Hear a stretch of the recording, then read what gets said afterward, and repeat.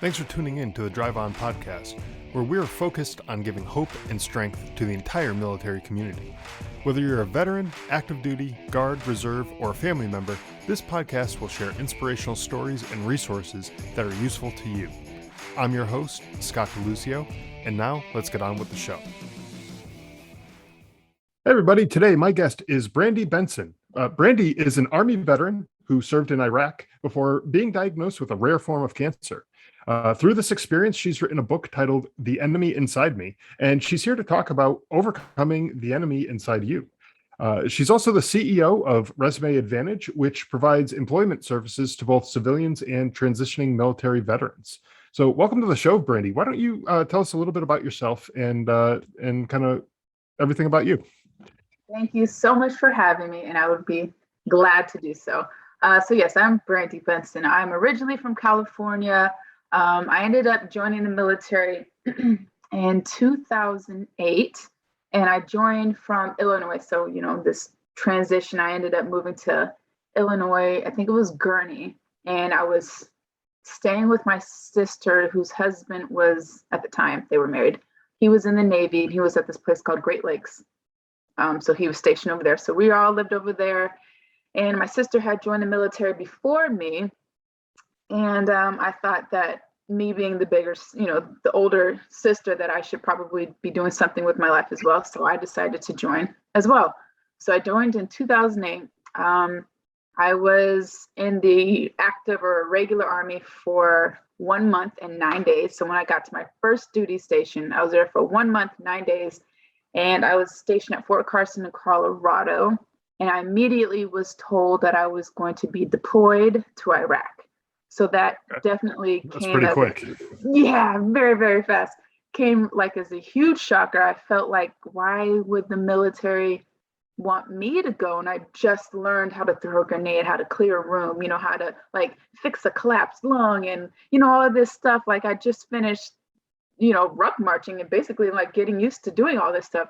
So it was really like interesting that they didn't care how long you were in the military, you're going out no matter what. So find out that I'm going to be deployed. So then I like automatically start getting like anxiety and I'm stressed out and I'm not sure if I'm really ready for this. Did I make the right choice? I'm only 24. Like, well, where the hell are they going to send me? So I was just really confused on what was going on and why this was happening. So I'm then told that I'm going to go to this place called Fob Echo, which was about, I think it's like 190 something miles south of Baghdad. And it's at this place called, it's Diwania, it's Fob Echo. So we're going there. So I immediately start doing research on YouTube. And I find out that they just had this huge mortar attack that happened. And somebody like was able to record it. People are screaming and crying. And I'm like, fuck, like this is so bad. This is where I'm going. I'm like, oh my God. Then, I'm like talking to my friends and asking them, have they seen this? What's the research that they've seen? We all just kind of like, oh, this is really bad. And then I even try to like talk to my chain of command and try to talk them out of not letting me go because I don't feel like I'm ready. I'm like, I don't think I'm ready. I don't think I'm ready to do this yet. I'm not even sure if I like paid attention enough in basic and AIT. Like I was really questioning all of this stuff. I'm like, I don't know if this is going to be a good turnout. So I was just really scared, really nervous about it. So they end up sending me anyways. They don't care. You're going to the military. I mean, you're in the military. Your first duty is to, protect your country. This is what your job is. You're going. So I go and I leave out in October, and it was 2008. So when I get there, it's not very bad. It's kind of like, to me, it seemed like a college town a little bit. Like people are playing basketball, having a good time. Everything's all right. And we're on a small little fob. But then November rolls around and things get a little quieter. It's too cold to play basketball. Everyone's inside. And then that's when all the mortars start happening and the bombs start coming in and crazy shooting and people trying to get on the base. And it's just like, just really hectic. I think someone ended up like committing suicide in a couple of different chews down from me. Like it was like getting really out of hand during the winter time frame.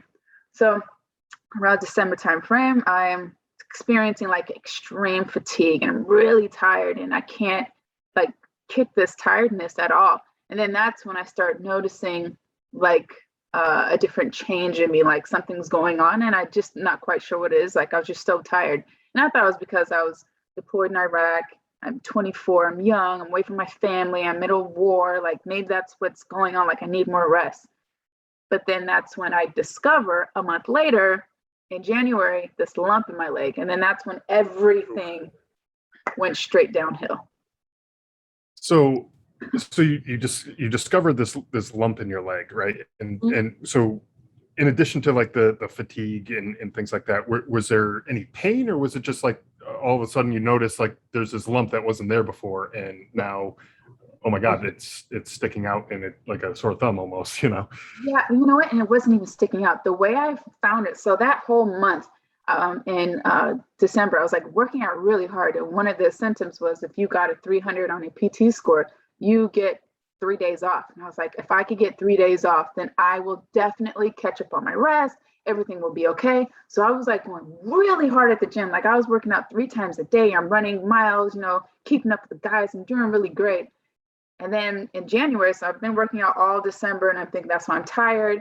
And then January, like the beginning of January, I was working out and I did legs that day. And I pulled my left leg up to my chest. I was like laying on the bed and I was just like holding it, stretching it. And then I felt a lump sticking out of my leg. And I was like, that's weird. So I stand up and I don't feel it then. I lay back down and I'm stretching it and I feel it again. And it was like buried deep inside like the cavity of my leg somewhere. And that's the only way I found out was stretching. I would have never known that it was there. I didn't even know. Yeah, I didn't even know that things like that happen to people. I had no clue. I was so naive. Well, so and naive. you know, honestly, that's the reason why I asked the question about, you know, how you discovered this.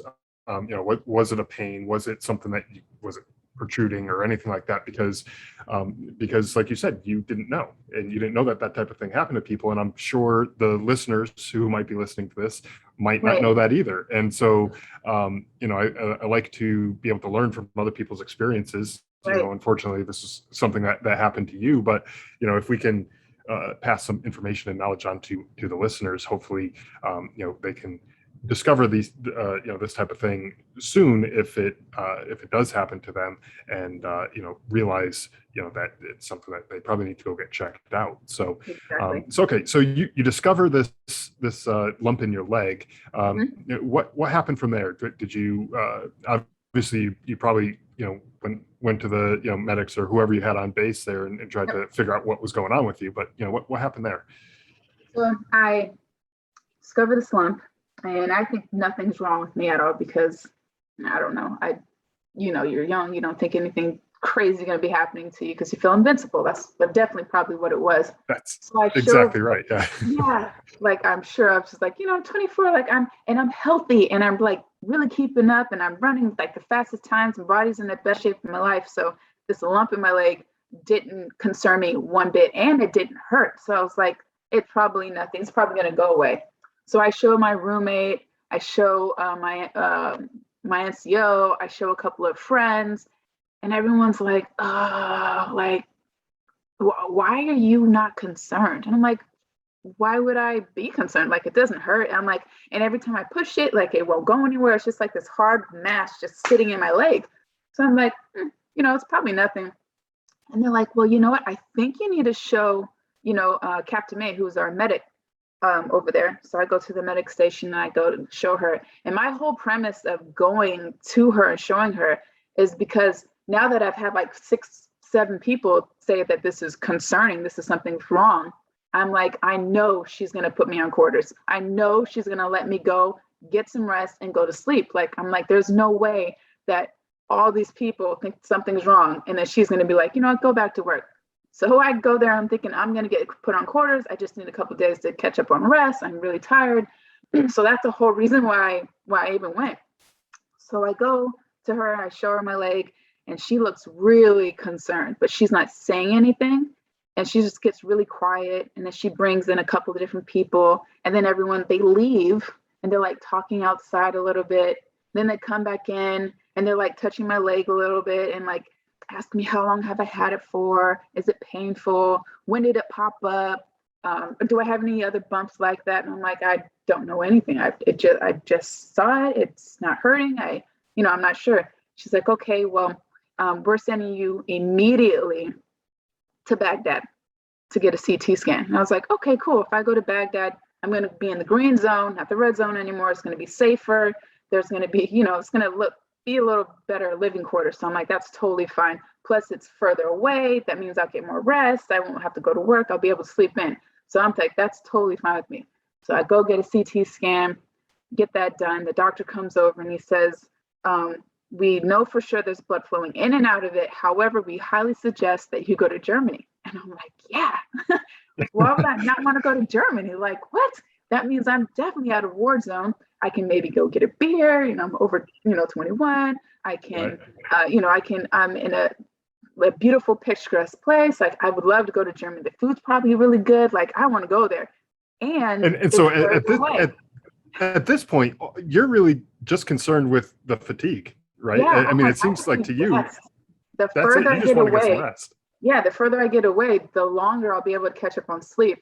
And then I feel not as like stressed out or wondering when the next bomb is going to come, because our alarm system, our security system that we had didn't work.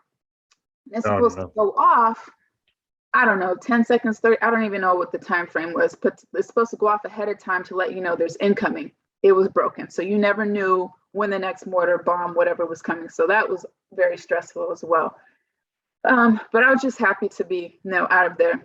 And another thing I didn't mention was when I was leaving, I had a whole bunch of my friends come back, or they came back to my room. They found I was going to Baghdad. So they gave me a list of stuff that they wanted me to bring back for them, because we all thought I was coming back. We didn't think anything was going to be wrong.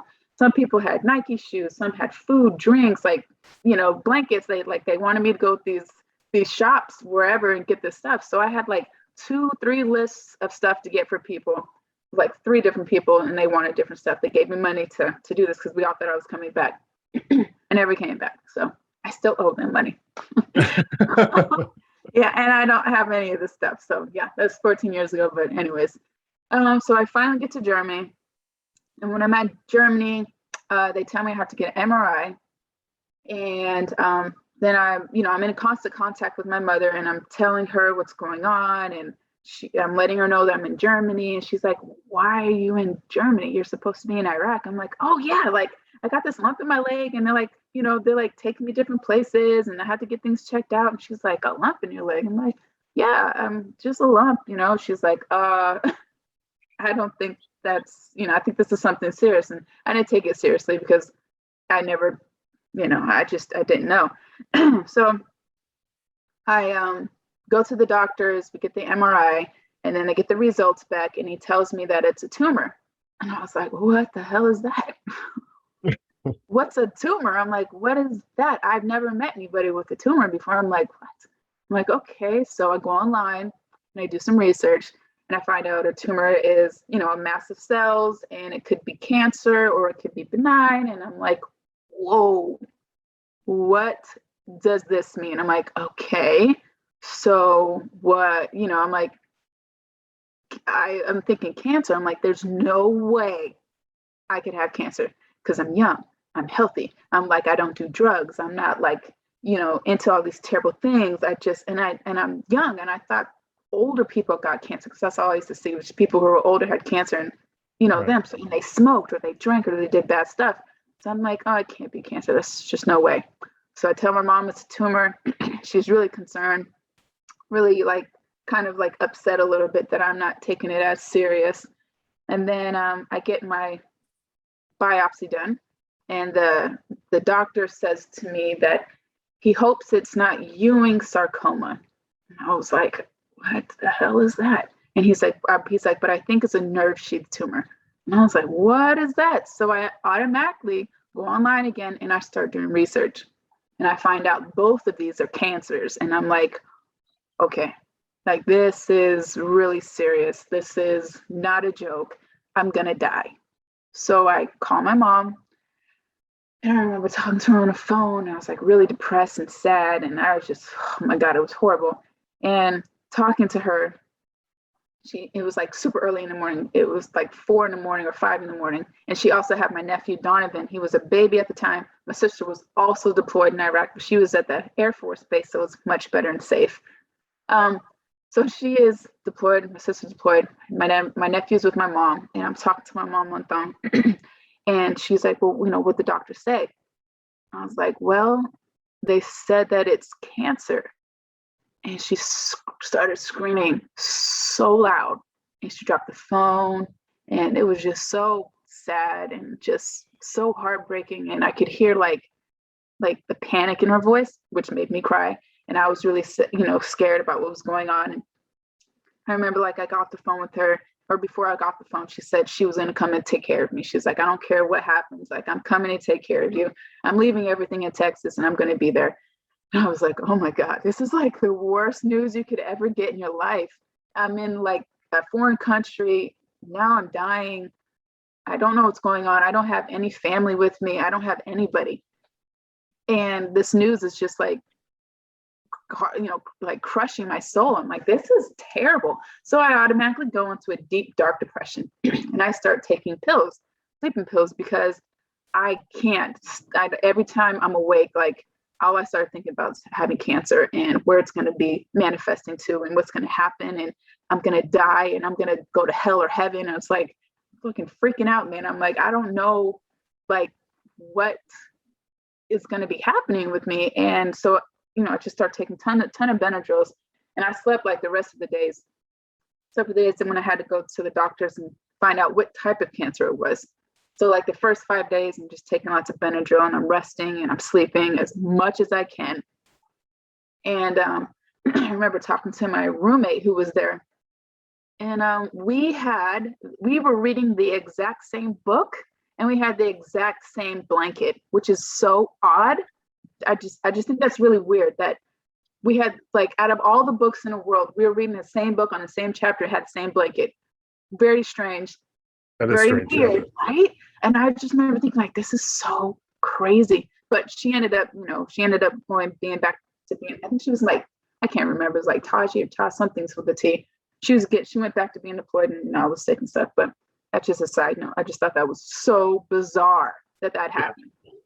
Okay, so I go to the last appointment, and they're going to tell me what type of cancer I have. So remember, the doctor said he didn't want me to have Ewing sarcoma, because whatever the reason was, that was like the worst of the worst. He didn't want me to have this. So I don't want that either.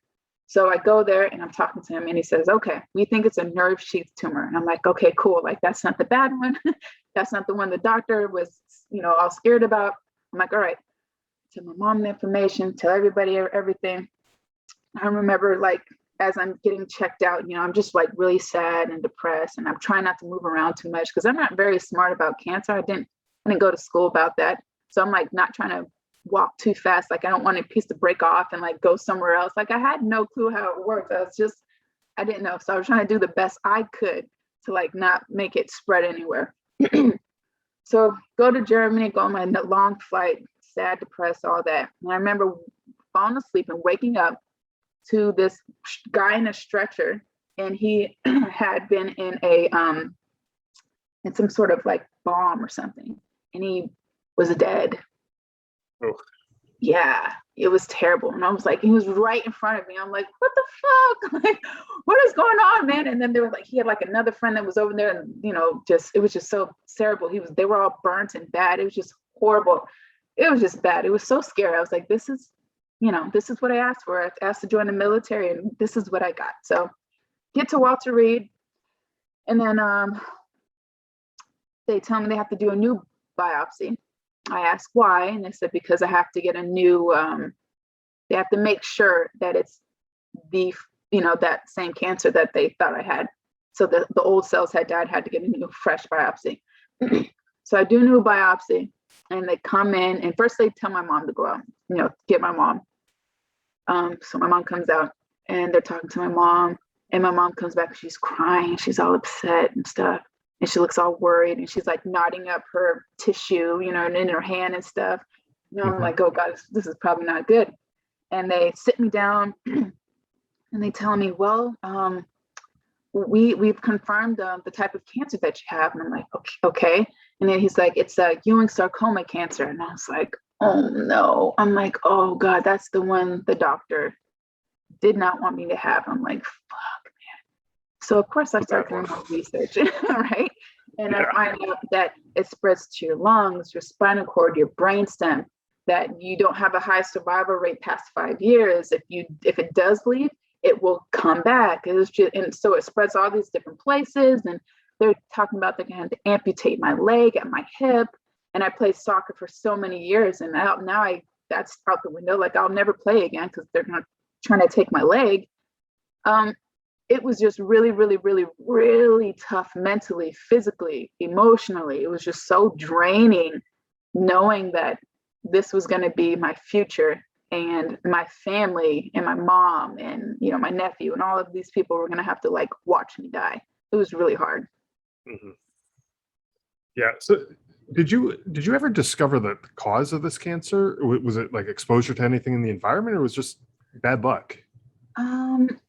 They think it's bad luck. I think it's the burn pits and the mortars and the radiation and all that stuff that we were all exposed to, because there were several people that were from deployment that were on that ward. There was about 13, 12 of us, and they were all from deployment. They all came from being deployed. Every single one of them were sick with cancer. They didn't have the type I had. And every single one of them ended up passing away and dying. Oh, wow. Mm-hmm. It was very, very disheartening, very sad. I would confine in one day, and the next day they'd be gone. And I'm like, what the, you know, like, and this is like my life now, you know, it's like, you never know when it's going to happen. I don't know, you know, if my cancer's going to spread anywhere. I don't know if they're going to have to cut my leg off. It was really hard. And so what ended up happening? So they were talking about, you know, maybe cutting your leg off, and, you know, like, what did that process look like? What did they end up doing? And you know, how did that treatment end up going for you? Yeah. So when I found out that I had Ewing sarcoma cancer, they gave me a whole new regimen, and they tell me that we're going to be starting like an aggressive chemotherapy. Like, we have no time to preserve your eggs. Like, this is a very time sensitive thing. You have to do it like as soon as possible. So I do chemotherapy for 5 days on, 8 days off, 5 days on, 8 days off. And I continued that for 10 months.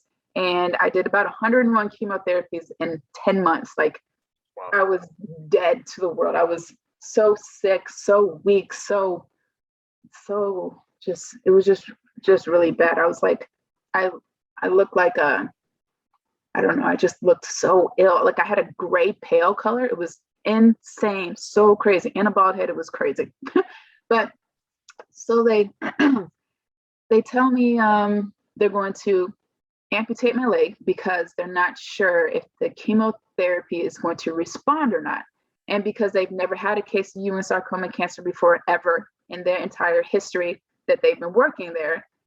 Even till this day, I reached out to my surgeon in 2018. I said, hey, thank you so much. Like, I'm so grateful. You know, you gave me this opportunity to live my life again. I was like, I'm not sure if you remember me. He's like, of course I remember you. I've never had a case since. Never, right? Never. So he remembers me for sure. So I go through my whole treatment process. They talk about them. I have to cut my leg off. I'll have to learn to walk again, all of that. And they're just not sure if I'm going to be living or not. So they are constantly coming in our room and having me update my will. The chaplain's coming in, and he's laying this huge cross on me and being dramatic, but he's probably being caring, you know, but dramatic to me, like placing a cross on me and asking me if I believe in God, and if I'm religious or not, and have I given my soul to the Lord, and just so much stuff. And I'm like, oh my God, like, these people really think I'm going to die. And so I start thinking I'm going to die, because when you go to the doctors, you want to have answers, and you usually like take their advice or their input, and you kind of put it higher than yours. Like, you value it more than yours, because they're the experts in that field. Right, so I'm thinking, okay, that if they think I'm going to die, I'm probably not going to make it. There's no way that all this is happening, updating my will all the time, and, you know, praying over me all the time, and constantly coming in my room and checking on me and seeing if this treatment's replying or responding or not. Like, I didn't think I was going to live, and neither did they. So that was very discouraging to go through. So I do 6 months or 6 rounds of chemotherapy in the very initial beginning. Then we do a large surgery, and they removed my adductor muscle out of my leg. So that's the main muscle that's in your inner thigh. They take that whole part out. They removed about 6 pounds of muscle and fat and all that out of my leg. Took that out. So now I got like one skinny leg, one regular leg. I have to learn how to walk again. My legs are swollen all the time. I have this huge hole in my leg that won't close because my immune system is so suppressed that it can't like rebuild up anything. So I'm walking around with a limp. I can't feel my legs. I have neuropathy in my fingers and in my feet. It was hard. The chemotherapy was so hard on my body. Like I would go pee and you could smell it. My skin smelled like poison. I would hallucinate. I would see like dead people. I would have a bad stutter. Some of them made my bladder bleed. Like it was insane. It was just so much to go through just to save your life. But I really valued my life, so I was definitely right. Yeah, It beats the alternative, I guess.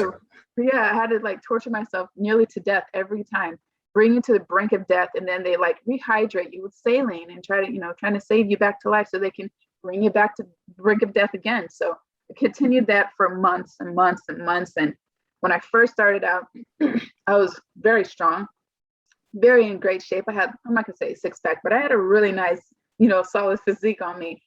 Really like the best shape of my life because I was working out like crazy in Iraq. So by the time it was done and all over with, I was being pushed in a wheelchair. I couldn't walk. I couldn't even sign myself out of the hospital. I was so weak. I couldn't even hold a pen in my hand. My mom had to sign me out. It was hard. It was insane. But I ended up making it through. I made a promise to myself that if I got to live, that I would, make a better second chance at my life. And during that whole time when everyone thought I was going to pass away and die, I kept a journal for myself. And this journal, it ended up being a book, but it started out as a journal. And it was for my nephew in the event that I did pass away, because I wanted to leave him something that he would have for me, because I just didn't think at 2 years old he would remember me or what we were doing or what was going on. So I was kind of left this like journal for him, like a little diary for him about what was going on, how I was feeling, how sorry I was that I was going to be leaving and passing away and not be able to meet him or really get to know him. So then somewhere in between that time and that process, made a promise again to myself that if I got to live, I was going to take these journals and make it a book. And then then that's how the enemy inside me ended up being created. And that was going to lead into my next question for you too, is so the title of your book, like you said, The Enemy Inside Me. And I'm just going to guess here that you're probably referring to more the mental enemy inside of you, instead of I'm sure the cancer is also, a big enemy, there too, but there's probably a lot of mental things going on there too, because, you go from you're in your mid-20s, you're invincible, nothing's going to happen to you. You just want to have, maybe a couple of days off to rest and recuperate, to, oh my God, I'm, knocking on death's door here, and there's a whole probably range of emotions that went along with all of that. So I got to imagine that the mental side was pretty significant. So let's talk a little bit about your book and what that all was like and how you were able to overcome that enemy inside of you. The enemy inside me is about something that's not allowing you to be the best version of yourself, the elite version of yourself. So that could be adversity, that could be a bad relationship, that could be insecurities. It doesn't have to be something huge like cancer. It could just be anything that's not allowing you to be the best version of yourself. And to me, I feel like throughout my life, I've had several of these different enemies inside of me that are not allowing me to be the best. It just so happened at the time it was cancer. Then after cancer, it became insecurities. It became learning how to love myself over. It became like learning how to accept myself, because I was so upset with how I looked and what was going on, and like how my life was turning out, and how I didn't plan for all this to be happening to me, but I had to learn how to accept this and work with what I was given. So yeah, it's just about being able to identify those things that are not allowing you to be the best version of yourself, and finding like a roadmap of resiliency, of how you can use your tools from the past and kind of help you build a better future for your present self. And that's what it's really just about. So for me, again, it was cancer. And so I had to learn how to work with this new individual of myself, and the enemy was cancer. So how do I take this old individual that I've been fighting for this entire time in the hospital, this old Brandi Benson, that this life I couldn't wait to get back to, and I had to realize that that person's dead and gone.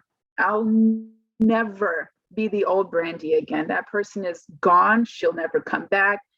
And so I had to accept that portion of me and to like move on and kind of make it work for myself. And that's just what it's about. Just finding the blueprint, figuring out what works for you, your triggers, all of that stuff. Mental health, super important. Giving yourself breaks, being kind to yourself, knowing that being vulnerable is something that's amazing. We don't always have to be the one wearing the superhero cape. Sometimes you need help. Sometimes you need to speak about it. Sometimes it's important to express yourself. And then these are all just things that I've learned throughout the years, 14 years later, because I definitely was someone who didn't want like people to take on my burden. I didn't want them to feel like they had to help me, like I was an obligation. So I wouldn't really explain or express how I was feeling or say that I needed help when I should have been asking for help. I just felt like I didn't want to put my problems on somebody else, because they were just too much for me to carry myself. Like, why would I want to do this to my mom or to anybody? I just had a lot of mental enemies that were kind of dragging me down. And I kept it for years, such a long time. And I didn't say anything for a long time. And it was just destroying me, like mentally, and mentally it kind of, it festers out physically. So it's just important to recognize that and to ask for help when you need it. Yeah, no, for sure. And that's one of the things that I try to talk about a lot on this show, is getting people to get the help that they need when they need it, when they recognize that there's something wrong. And sometimes you don't even recognize that there's something wrong, but someone else might, and they might say, hey, you're not quite yourself. So maybe you might want to go talk to someone, or whatever the case may be. But you need to act on that. Talking about mental health things, when you look at someone like yourself who had cancer, no one is like, oh well, just suck it up, you have cancer, deal with it. And because that would just be crazy for someone to say something like that to you. But sometimes there's a stigma around mental health, and people will say, well, just suck it up and deal with it. You're having a bad day, or whatever, but sometimes it's more than just a bad day. There's a whole lot more surrounding that. So you're right. Mental health is definitely a big part of all of this. And if you don't have that strong base to start from, if you weren't strong mentally and emotionally to begin with, it would be much harder for you probably to have gotten through all that you went through. Right. Yes. And I think it's also really important to have a strong support system. I feel like that is the key that I had that nobody else had on that ward. It's like 12 or 13 of us, can't remember the exact number, but all of them were all by themselves. They didn't have anybody. I was the only one who had my mom there living with me in the hospital. She was there. And I feel like because she was there for me, she was able to like remind me of how strong I am at my weakest. She was able to distract me if I was feeling too sad or whatever it was. Like she was able to kind of like bounce back and help me when I needed it the most. When I felt like I couldn't do it and I didn't have enough in me, she somehow mustered the strength up and helped me even more. And nobody else had that. I was the only one who had that. And everybody else passed away. And I feel like she is the reason why I'm here. Her support, even though she couldn't take my pain away physically or, take the cancer away, she was there for me emotionally and spiritually, and it like just there for me. And that, I feel like that is what people who are going through recovery or going through a hard time, and that's what they need the most.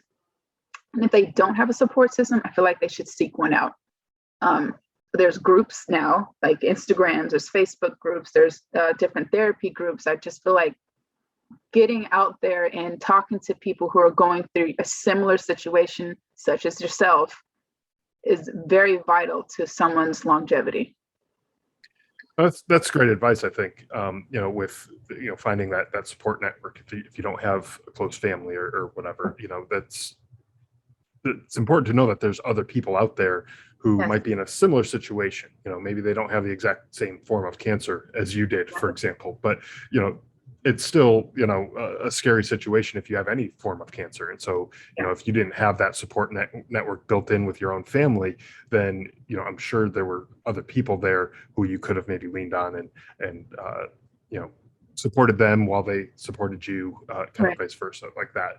So or even someone who recovered through it, and was able to be maybe a mentor, if that's the right word, I don't know, but who could have helped you out with that, let you know what you were experiencing and what to expect, that type of thing. Exactly. Yes. I feel like the scariest thing is the unknown. Like, you don't know what's going to be happening. Like, what? That to me, that's the most frustrating, most, like, my anxiety goes through the roof, just not knowing what's going to, like, not knowing what's on the other side of the door. Like, if you open it, is it going to be okay? Or is there a monster? Well, should I be defending myself and getting ready to, like, run after something, or am I going to be embracing this thing behind the door? Like, what is it? So it's just hard to prepare for the unknown. And then having somebody who's been through it, who's walked through the door and can tell you, this is what you can look out for this. You might feel symptoms of that. This is totally normal, So yeah, for sure. Find that. And so you do some public speaking on this topic too. And so what is your advice to people, obviously, have that support system like you talked about already, but what is your advice to people who are trying to overcome their own enemy inside themselves? So, whether it's cancer or whether it's some other, enemy, if you want to use that word, inside of them, what is your advice to them to, for steps of trying to use some of the tools that they've learned over their life and apply them to their situation? Right. I would say if the life that they're living is not bringing them happiness or joy or whatever that is, find an example of what they think or they like aspire to be, and see how that's working for them. So if this individual is, I don't know, working with different groups, or there are different programs or different things, like, try to start emulating whatever it is that you're missing and start replacing it with the stuff that is not as healthy for you, like environmental or health wise. So if you want to be in shape, right, but you're eating junk food all the time, but you see this person that you as your role model is eating apples, they're being healthy, they're doing all these things. Well, you can use some of those tools that you're learning vicariously through and implement them into your life. So making small little changes, just dissecting your life and figuring out where is it that you're unhappy, what is it that's making you happy, and how can you explore that more or amplify that a bit more. So I just say, like, take a step back and kind of analyze what's going on with your life. What's the big picture here? And what is it that you're not happy with?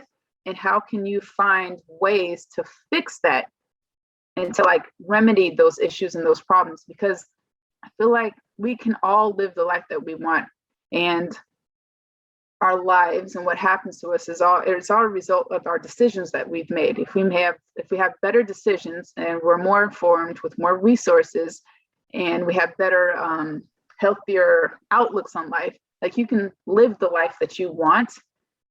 But it all starts with making a choice. So you have to see what's going on in your life that you don't like, fix it, find a way to fix that, find a way to take those things and resources that you see and implement it into your life. And it doesn't have to be the exact same thing. Like, I see somebody riding on a yacht or something, I don't have to try to get the exact same yacht, but you want to be on a boat, or you want to be in the water, you want to, maybe the ocean makes you happy. start going to the beach more, start doing more things that are outside and outdoorsy and nature. So just exploring what makes you happy, what's not making you happy, and figure out a way to bring those happy things into your life. Yeah, that's great advice. And I think, one of the things that you mentioned is the environment that people find themselves in, and that can have a significant impact on, what your state of mind and your well-being and overall. I had a guest on this podcast early on, and he was after he got out of the military, he was hanging around with people in his hometown, and they were into a lot of bad stuff, drugs, and all this kind of stuff. And he ended up finding himself homeless, and he decided, what, I just need to get away from all of this. And so Yeah. he moved away. He had bad relationships with his family, bad people that he was hanging out with, and he moved away from all of it. He got away from these bad things, and he changed his life, and now he's a successful business owner, raising a family. He's doing well for himself. So it's just, sometimes you just need to kick yourself in the ass and say, like, Yeah. I need to do something to change. Like, this isn't going to Exactly. change for me, so I need to do Right. something and change it. Exactly. It's our So decisions, it's our choices that we're making, and those become habits. And sometimes those habits end up, getting yourself in jail or something bad happens. So you need to fix it. You have to take responsibility, fix it, and do something better with it. And we all have the capability of discerning and free will. So if someone's mhm. living a terrible, shitty life, well, that's because maybe you're not making the right choices. Maybe you're continuously in this environment that's perpetuating more stuff that you don't want to experience. You got to take yourself out of that. And I know Right. it sounds very easy, and I know it's very hard and sometimes impossible thinking for people, but sometimes you have to think out the box, and you just got to go with it and try, because at the end of the day, you have nothing to lose. If it didn't work out, you're just back in this exact same spot. Right. You have nothing to lose. You have everything to gain. So just do it. And as a matter of fact, not only do you have nothing to lose, you've actually gained some insight into something that doesn't work. And so just don't do that again, and then Exactly. move on and Right. try something Right. else. That's for your blueprint. Check. Yeah, exactly. So it didn't work. Maybe you wasted, a little bit of time and stuff, but like you can try something and then move on. And if that doesn't Exactly. work, try the next thing and the next thing Yeah. until you get what you want, that Yes. type of outcome. And even, you were talking about, diet and, like nutrition and all that kind of stuff. Instead of, when you go to the grocery store, just don't buy the cookies or the chips, buy the Right. apples and the fruit and, other things like that. Mhm. And instead of just letting it rot in your refrigerator, put it out on the counter and Yeah. make it be right in front of your face. And so that way, Yeah. when you walk by and you're looking for a snack, it's there. Right. Grab that and eat that instead of looking for the junk food. Right. I always say do things in moderation. Like, I feel like life is meant to be joyous and great, and there's so much great food out here. My gosh, it's so hard not to be 100% like not bad with it. But we're human and we all make mistakes. And I feel Right. like we shouldn't penalize ourselves and be on this super strict fat diet if that's not what you don't want. So I feel like it's okay if you want to enjoy some cake or you want to eat a little bit of cookies here and there, but you shouldn't be eating the whole box every single day. Like every day, you don't need 12 cookies. Maybe you can have 2 or 3, and you'll also have a healthy salad, and you'll have, I don't know, maybe the next day you'll have cake, but you're all, like, I don't know, you're balancing it out somehow. Like, it's all Right. about balance. It's some people can be so healthy that they're not, or seem like they're healthy, but they're not healthy because they're so malnutrition, because they don't have enough calories, or they're not getting the right nutrition in their body. So they're not eating protein, or they're not eating sugars, but like, you can't live off of broccoli all day. That's not going to work. Right, exactly. Um, I want to be sure that we also get a chance to talk about your company, Resume Advantage. Yeah. And I know a lot of veterans struggle with their transition out of the military, finding meaningful work and, talk about happiness, right? But also dealing with the transition out of the military, that all can be tough. Yeah. And so what is it that Resume Advantage does, and how does it help veterans in their transition? Yeah. So when I was getting doing the transition with the military, I felt like there was a huge lack in me and then everybody else in it. Like all of our resumes sounded the same. If we had the same job, we all had the same shit on the resume. It sounded ridiculous. It wasn't fair. I'm like, I feel like if we're going to be going towards the same job, like how are they going to know who's better, who's more qualified? Like it all says the same stuff. Like they literally like copy pasted it, put it on a piece of paper, and we're like, here you go. That's your resume. So I felt like that was something that was missing 100%. When I give my life to a company, an organization such as the military, and I'm leaving, I would expect a little bit more creativity on the resume to accentuate and communicate my value that I bring to an organization and what makes me different than the next Jane, Joe, whoever it is. So that's what my company does. We work on finding your qualities, your skills, and communicating them on paper the way that the employer wants to hear it. So some people think that when they're in the military that they don't qualify for certain jobs because it's different jargon, different lingo, all that. But if they just were able to manipulate the sentences, change the structure of the words, and know that, yes, yeah, you might have done something in the arms room. That means you were handling a budget of whatever the amount was for all these weapons. You were doing inventory and logistics. You were managing different employees who were your soldiers. Like you're doing a whole bunch of stuff, but they don't know how to match up the lingo quite well. So I do that for them. So I take pride. I'm very happy and excited when I get individuals that are veterans or people who are in the military. Maybe they want to, spruce up their resume a bit, but I'm just happy that I'm able to let them know that they do qualify for certain jobs. And all you got to do is just move the structure around a bit. But that's what we do. We just communicate your value on paper so the employer will give you the interview. And that's what the whole point of a resume is, to get the interview. Right. And there's so many companies out there, especially the big companies who they get tons of resumes, every day, every week, whatever. They just get lots and lots of resumes. And, without listing out the right qualities, the right keywords that they're looking for, like you said, you may not even get the interview. Right.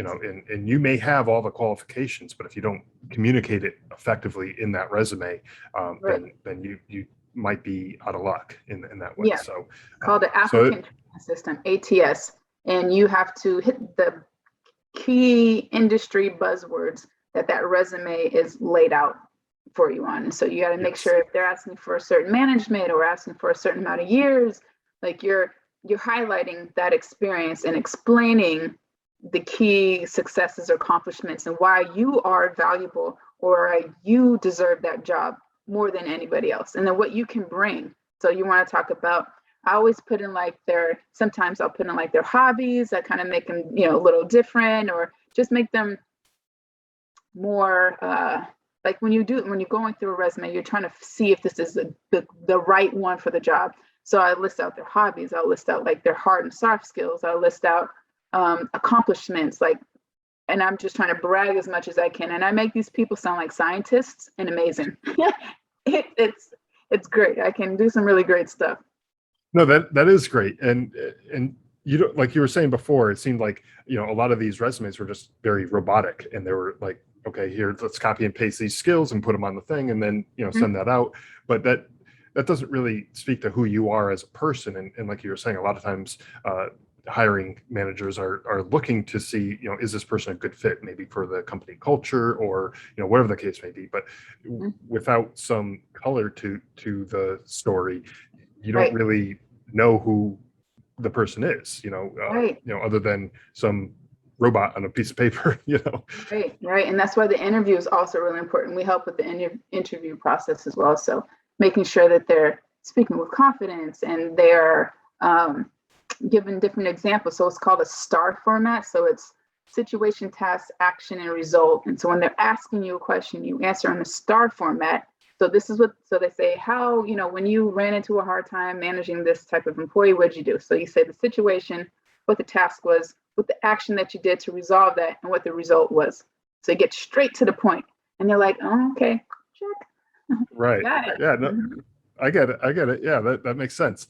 And so that's I think another great service is because, a lot of times when someone joins the military, they're, 18 years old or whatever, and um, that's the only job that they really had in their Yeah. adult life anyways.